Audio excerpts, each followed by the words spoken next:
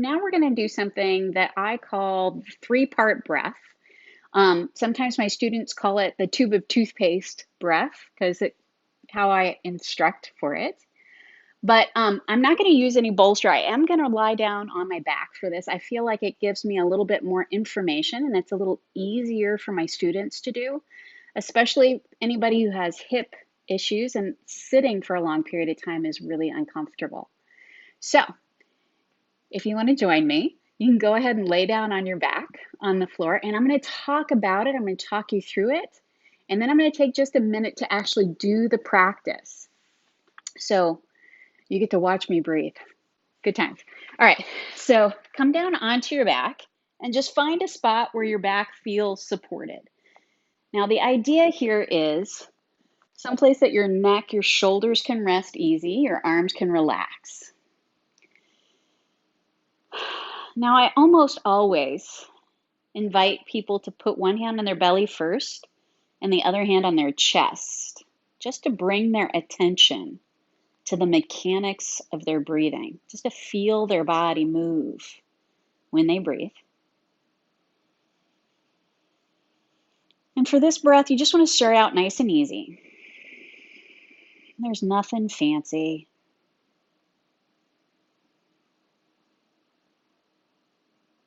And I like to instruct that every time you inhale, you can bring in all the air that you need, so it doesn't feel restricted. This practice is all about muscle contraction, that control of the breath. It's nice and easy though. So once you get your attention on that movement of your body breathing, you can let your arms relax. And again, having people breathe through their nose gives them a little bit of extra control, and it's just better for your body. The nose is built for breathing. So sometimes it's easier to start with the exhale.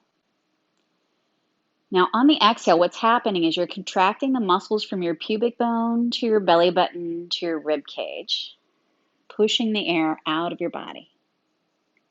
Now the idea is to hold that contraction through your lower half, and then when you inhale, you're expanding through your rib cage first, and then down to your belly button, and then down to your pubic bone.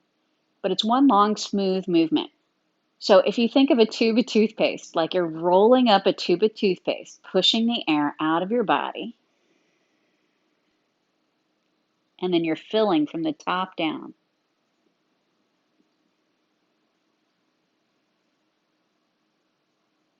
See if you can find that control. So it's not really three separate parts, but three integrated parts.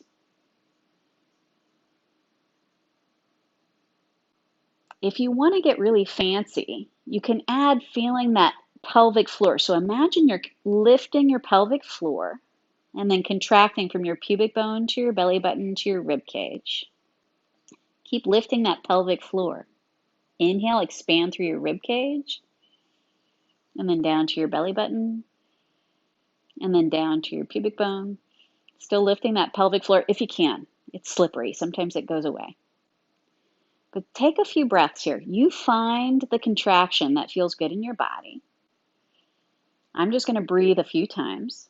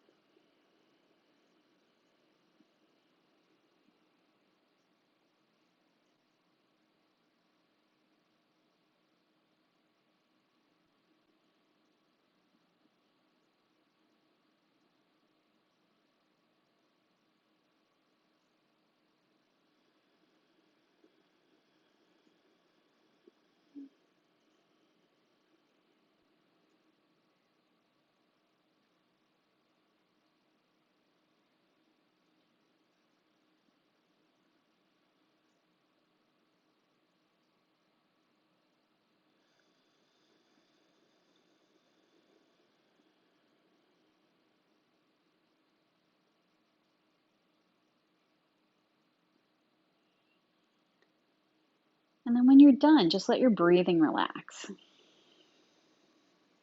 I find that this is a really helpful breathing practice for when you're working on increasing your breath capacity. So lengthening the inhale, lengthening the exhale, because you have that control through your body, that mechanics of your body breathing. Give it a shot, give it a practice, and find a place where you feel comfortable first. If you try and sit up in full lotus and it's not comfortable to start with, there's no way you can really focus on that breathing part. But it is a nice, long, smooth breath, good control, and very simple to explain, very simple to practice. So it works for almost everybody. So that was a 3-part breath.